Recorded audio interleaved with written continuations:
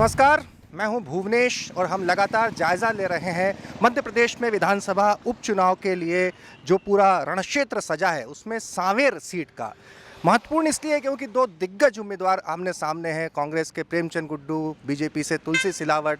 और उपचुनाव महत्वपूर्ण तो इसीलिए है ही, हर जगह की एक पहचान होती है मुकम्मल। और सांवेर को असल में हम कहें कि इंदौर और उज्जैन के बीच बना हुआ ऐसा सैंडविच है। जब आदमी इंदौर से निकलता है उज्जैन के रास्ते में तो सांवेर का भुट्टा चौराहा, जी हाँ, यहाँ पर काफ़ी सारे इस तरह से भुट्टा ही कहा जाता है यहाँ मक्के को। और उसी के साथ ही इस जगह की पहचान बन गई है। लोग यहाँ से निकलते हैं और यकीन मानिए बारिश के वक्त तो यहाँ पर सैकड़ों गाड़ियाँ खड़ी होती हैं इसी तरह से छोटी छोटी घुमटी। हमने सोचा कि चले इस स्थानीय जायके के साथ में यहाँ के राजनीति के मिजाज को समझा जाए। वो भी जो तमाम वरिष्ठ पत्रकार हैं, जो कि इंदौर के नहीं पूरे मध्य प्रदेश के वरिष्ठ पत्रकार हैं, वो हमारे साथ यहाँ पर चाय पर चर्चा सुनी होगी आपने, आज भुट्टे पर चर्चा है क्योंकि सांवेर का भुट्टा चौराहा है।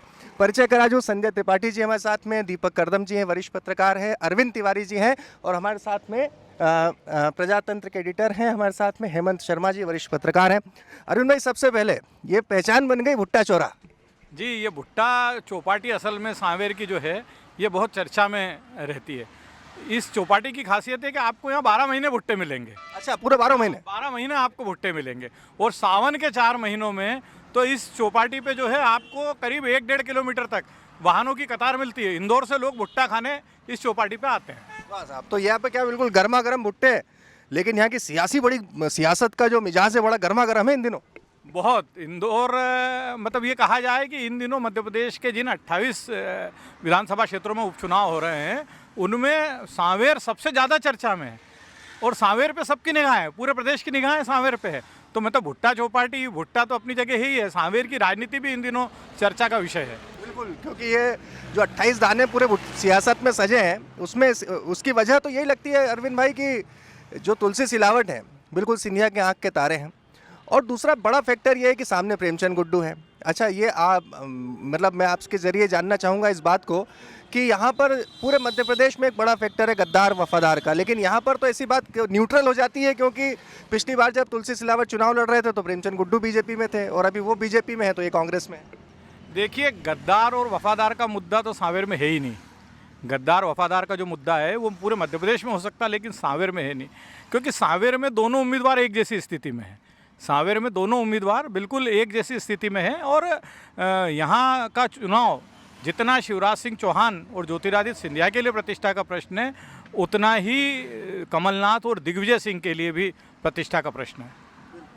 और ये प्रतिष्ठा का जो प्रश्न सज गया है तो ऐसे में मुद्दों में, हेमंत भाई, मैं मुद्दों की अगर हम बात करेंगे यहाँ पर, क्योंकि ज़मीनी मुद्दे जब देखते हैं तो वही होते हैं अमूमन। ख़ासतौर पर किसानों का मुद्दा है, फसल का मुद्दा है, कांग्रेस के लिए कर्ज माफ़ी का मुद्दा है, 2 लाख का हुआ नहीं हुआ, यहाँ पर ये सब मुद्दे रहेंगे या फिर जो इतने बड़े हेवीवेट प्रत्याशी जब बड़े हो जाते हैं तो मुद्दे छोटे हो जाते हैं? देखिए, मुद्दे वाला कोई मामला नहीं है। मुझे लगता है कि दोनों कैंडिडेट, चूँकि एक जो जैसे कि अरविंद भाई ने बताया जो गद्दार वर्सेस वफादार वाला मामला था वो मामला चूँकि शून्य हो गया है, वो मामला बचा नहीं है। अब पूरा मामला जो सांवेर का है वो चुनाव मैनेजमेंट का है कि चुनाव दोनों प्रत्याशी जिसको कहते हैं आपकी हैवी वेटेड प्रत्याशी हैं दोनों, और दोनों बहुत ताकत से चुनाव लड़ रहे हैं। दोनों अपनी व्यक्तिगत ताकत से, दोनों के साथ अपने ही संगठन है। प्रेमचंद गुड्डू को जो है वो इसलिए जाना जाता है कि वो जब लड़ते हैं कोई चुनाव तो पूरे दमखम के साथ अपने दम पे चुनाव लड़ते हैं।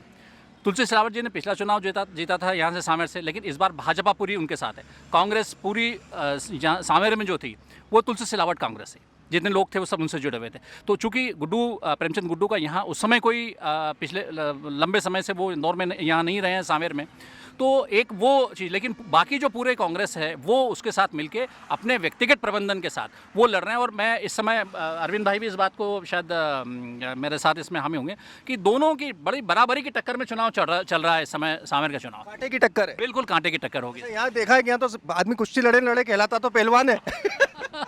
दोनों ही पहलवान रहे। और सबसे बड़ी बात है कि जो भी यहाँ से लड़ता है, चाहे वो तुलसी पहलवान रहे, उनके सामने प्रकाश पहलवान रहे हो, प्रकाश सोनकर जी रहे हो, बड़ी पहलवानी वाली लड़ाई होती है और बड़ी दबंगता से जो है चुनाव लड़ा जाता है। आमतौर पे बाकी जगह मालवा में, खासकर मालवा निमाड़ में इस तरीके चुनाव नहीं लड़ा जाता जिस तरह सांवेर में चुनाव लड़ा जाता है। तो सांवेर का इसलिए अपना एक खास महत्व है चुनाव का यहाँ। बिल्कुल, सांवेर का जो महत्व है अरविंद भाई, अगर उसमें देखें हम तो सांवेर की एक विडंबना रहेगी कि यहाँ पे स्थानीय प्रत्याशी कभी नहीं मिला, तो वो मुद्दा भी नहीं होता है कि कोई स्थानीय है या बाहरी है।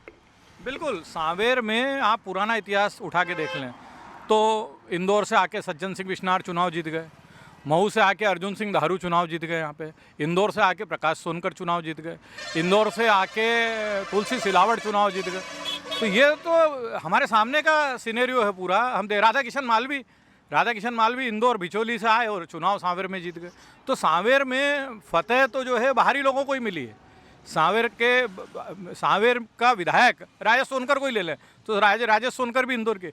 तो सांवेर के व्यक्ति को सांवेर से विधानसभा में प्रतिनिधित्व करने का मौका मिला ही नहीं। अरविंद भाई, एक बात जो मुझे लगती है कि और मैं इसमें जोड़ा जा सकता है कि सांवेर जो है वो इंदौर को और सारे नेताओं को भुट्टे खिलाता है, पूरे साल भुट्टे खिलाता है, लेकिन नेता जो है सारे वो इंदौर से यहाँ आते हैं। आप पिछले कई चुनाव में देख लें आप, तो भुट्टे सांवेर खिलाता है, लेकिन सांवेर को जो है वो नेता जो है वो इंदौर के नेता जो है हमेशा चुनाव लड़ते हुए जीतते आए हैं यहाँ से। लेकिन दीपक, ज़मीनी तौर पर जो अभी देखते हैं हम, क्योंकि अगर सब जगह जो बीजेपी नए नवेले बीजेपी में गए हैं, और एक तो प्रवीण भाई ये समझ में नहीं आता है कि बीजेपी के पास में कौन सा चरणामृत है जो चटाते के साथ ही उनको दीनदयाल उपाध्याय का एकात्म मानववाद रगों में दौड़ने लगता है। नहीं, तो इंदौर में इस बात की बड़ी चर्चा है।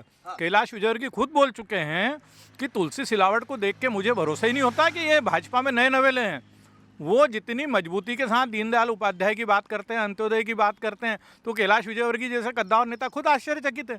उनको भरोसा ही नहीं हो रहा कि ये तुलसी सिलावट अभी कुछ ही महीनों पहले भाजपा में आए क्या। उनको वो बोले हमें तो ऐसा लग रहा है कि हमारी पार्टी के बहुत वरिष्ठ नेता हैं, और घुट गए हैं बिल्कुल। ये तो ज़मीनी तौर पर क्या लगता है दीपक, वो पार्टी उस तरह से एक्सेप्ट करती है या बिल्कुल अभी हवा है? देखिए, हवाई हो या कुछ भी हो, लेकिन आज हम देखें कि तुलसी सिलावट के साथ में राजेश सोनकर काम कर रहे हैं, भाजपा काम कर रही है, संघ काम कर रहा है। और जैसा अरविंद दादा ने कहा, बिल्कुल सही बात है कि तुलसी सिलावट जो लोगों से अब तो संघ के कुछ नेताओं को भी परिचय कराते हैं, तो ऐसे कराते हैं कि बिल्कुल संघ हमारी रीढ़ की हड्डी जैसे खुद स्वयंसेवक पुराने रहे हों। और यहाँ पर जो जीत हार का फैसला होता है, पिछली बार भी हमने देखा 1,500 से 2,000 वोटों का रहता है। और जिस तरह से काम चल रहा है, तो दोनों ही पहलवान, अब देखना होगा कि कौन किसको इस बार पछाड़ पाता है। कोरोना बड़ा फैक्टर है। कहा भी गया कि जब दोनों पार्टियों ने जिस तरह से यात्रा निकाली तो कोरोना को लेकर बहुत बड़ा वो हुआ। लेकिन देखिए, अपने कार्यकर्ताओं को तो आप ला सकते हैं, उनको तो कह सकते हैं, आप इकट्ठा कर सकते हैं। मज़े की बात यह है कि यहाँ पर भीड़ इकट्ठे करने पर पाबंदी है, लेकिन बड़े बड़े कार्यक्रम हुए और उस पर दावे भी किए गए कि हज़ारों लोग आएंगे। लेकिन संजय जी, एक बात बताइए, पिछले बार 80% वोटिंग हुई थी और लगभग 2800-2900 वोट से तुलसी सिलावट जीते थे। इस कोरोना काल में कार्यकर्ताओं को तो ला सकते हो, लेकिन लोगों को वोट डालने के लिए निकालना, ये किसके पलड़े में भारी रहेगा, किसे नुकसान देगा? भारतीय जनता पार्टी का संगठन बहुत मजबूत है और संगठन के हिसाब से अगर देखा जाए तो तुलसी सिलावट का पलड़ा अधिक भारी है, क्योंकि भारतीय जनता पार्टी में संगठन जो है लोगों को वोटिंग करने के लिए निकाल करके लाता है, इसलिए भाजपा का पलड़ा अधिक भारी यहाँ बताया जाता है। वो संगठन क्या जो कांग्रेस से अभी आए, जुम्मा 4 दिन नहीं हुए, उनके लिए काम करेगा? नहीं, कांग्रेस में संगठन है ही नहीं। कांग्रेस में तो कोई व्यक्ति चुनाव लड़ रहा है। भारतीय जनता पार्टी में संगठन, तो संगठन के जो लोग भाजपा के लिए काम कर रहे हैं, मतलब सिलावट के लिए काम कर रहे हैं, इसलिए क्या यहाँ पर संगठन लोगों को मतदान करने के लिए बाहर निकालेगा, इसलिए भाजपा यहाँ पर मजबूत है, ऐसा लगता है। लेकिन अगर संगठन की जब हम बात करते हैं, क्या वो संगठन उतनी इजीली डाइजेस्ट कर पा रहा है जो लोग बिल्कुल नए नवेले आए हैं? क्योंकि मैंने कई बार सुना है कि अगर तुलसी सिलावट जीतते हैं तो वो मंत्री नहीं बन पाएंगे जिन्हें जिम्मेदारी दी गई है, या इस तरह के बहुत सारे फैक्टर्स तो रहेंगे ना, क्योंकि ये केवल एक जगह का नहीं है। सब कुछ इतना आसान होता तो फिर क्या बात थी?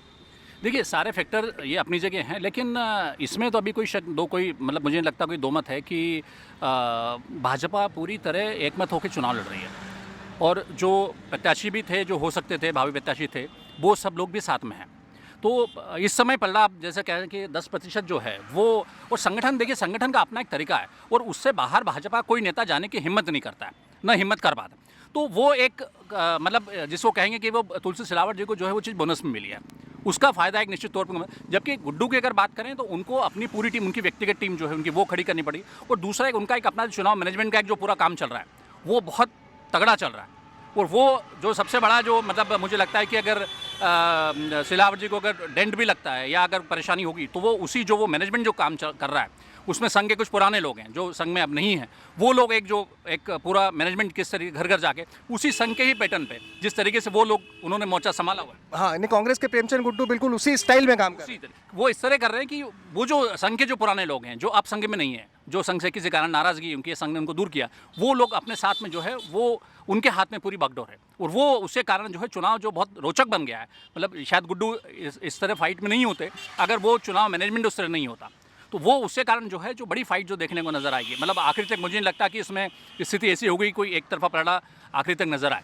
ये बड़ा कट टू कट और फाइट वाला चुनाव नज़र आने वाला है। बिल्कुल कांटे की टक्कर भी है। अच्छा, बसपा क्योंकि अनुसूचित जाति के लिए आरक्षित सीट है हम देखते हैं, लेकिन यहाँ बीएसपी कोई फैक्टर नज़र नहीं आता। पिछले चुनाव में भी 2800 वोट खड़ा जरूर करती है बसपा अपना प्रत्याशी, पर कोई फैक्टर नहीं होता। देखिए, सांवेर का जो मिजाज हम शुरू से देख रहे हैं पिछले 8-10 चुनाव से, तो मुझे लगता है कि यहाँ कांग्रेस और बीजेपी के अलावा कोई दूसरा फैक्टर कभी असरकारक रहा ही नहीं है। अब बसपा ने जो है विक्रम सिंह गहलोत को उम्मीदवार बनाया, पहले प्रशासनिक सेवा में थे, तहसीलदार रहे, डिप्टी कलेक्टर रिटायर हो गए, उसके बाद उन्हें यहाँ उम्मीदवार बनाया। लेकिन हम उमा भारती के दौर में भी देख चुके हैं, भारतीय जनशक्ति का उम्मीदवार भी यहाँ से मैदान में रह चुका है। लेकिन इस कॉन्स्टिट्यूंसी का मिजाज ही कुछ ऐसा है कि यहाँ भाजपा और कांग्रेस के अलावा बाकी किसी को कुछ नज़र ही नहीं आता। और जो दूसरी बात, सबसे बड़ी बात जो इस बार इस चुनाव में है कि कांग्रेस और भाजपा दोनों अपनी जगह, लेकिन दोनों उम्मीदवारों का जो पर्सनल मैनेजमेंट है वो मैदान में ज़्यादा नज़र आ रहा है। क्योंकि देखिए आप, ये हेमंत भाई ने बिल्कुल सही कहा कि लाख मत भिन्नता के बावजूद भाजपा तुलसी सिलावट के लिए एक होके खड़ी है। ये संदेश देने में भाजपा सफल हो गई है कि सांवेर में पूरी भाजपा तुलसी सिलावट के लिए एक बड़ी बात है। क्योंकि दूसरी जगहों से खबर आती है, सांची से जैसे खबर आ रही है कि वो मुदित शेजवार हैं, वो अभी तक बिल्कुल मुंह फुलाए बैठे हैं, या फिर जी हाँ हाटपिपलिया से दीपक जोशी अभी तक मानने को तैयार नहीं है। लेकिन यहाँ पर जैसा उम्मीद की जाती है कि सोनकर फैमिली हमेशा ट्रेडिशनली बीजेपी से लड़ती है, तो वो क्या बिल्कुल एकदम तैयार हो गए? अब आप देखिए कि राजेश सोनकर तुलसी सिलावट के चुनाव संचालक की भूमिका में हैं, सावंत सोनकर पूरे समय तुलसी सिलावट के साथ रह रहे हैं, घर घर जाके उनको जनसंपर्क करवा रहे हैं। विजय सोनकर जो प्रकाश सोनकर के बेटे हैं, वो भी तमाम पारिवारिक अपने विवादों को भुलाकर वो भी तुलसी सिलावट के लिए खड़े हुए। तो जो मुख्य बात जो बताई कि कांग्रेस कहीं ना कहीं जो संदेश देना चाहिए था वो अभी संदेश एकजुटता का दे नहीं पाई, और भाजपा में ये मैसेज वोटर तक जाने में भाजपा सफल हो रही। दूसरा है कि संघ की जो नेटवर्किंग है इस विधानसभा क्षेत्र में, कहीं ना कहीं चूंकि ये चुनाव यहाँ का संघ के लिए भी प्रतिष्ठा का प्रश्न है, तो संघ की जो नेटवर्किंग है उसका भी फायदा तुलसी सिलावट को पूरा मिल रहा है। तो ज्योतिरादित्य सिंधिया, असल में जो पूरा परिदृश्य बना, वो परिदृश्य बना तो इसीलिए कि ज्योतिरादित्य सिंधिया कांग्रेस से निकल गए और सरकार धड़ाम हो गई, तो वो एक बड़ा फैक्टर है कोई जनता के बीच में, वो या शिवराज, मतलब क्योंकि अब दोनों साथ में घूम रहे हैं, तो ये कोई बहुत बड़ा फैक्टर होता है या जनता इतने बड़े इसको उस तरीके से नहीं ले रही?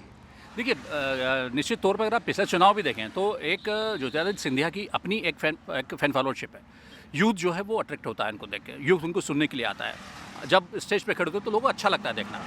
शिवराज जी की एक अपनी वो है, मतलब आप कितनी ही उनको आप बुराई कर लें, कितनी उनके बारे में बोल दें, लेकिन उस आदमी में का जो एक चेरिस्मेटिक कैरेक्टर है उसको आप नकार नहीं सकते। तो ये दोनों का एक जो फैक्टर है, ये बीजेपी के लिए हर जगह हर सीट पे जो है एक काम कर ही रहा है।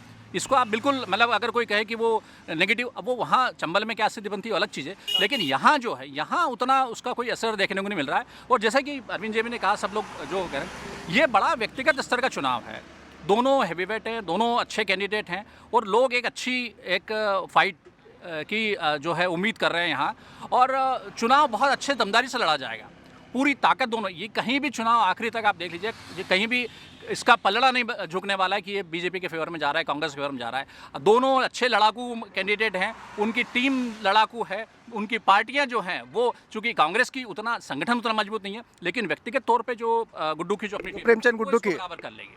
चलिए, यानी बिल्कुल तगड़ी पहलवानों के बीच में तगड़ा दंगल देखने को मिलेगा अरविंद भाई।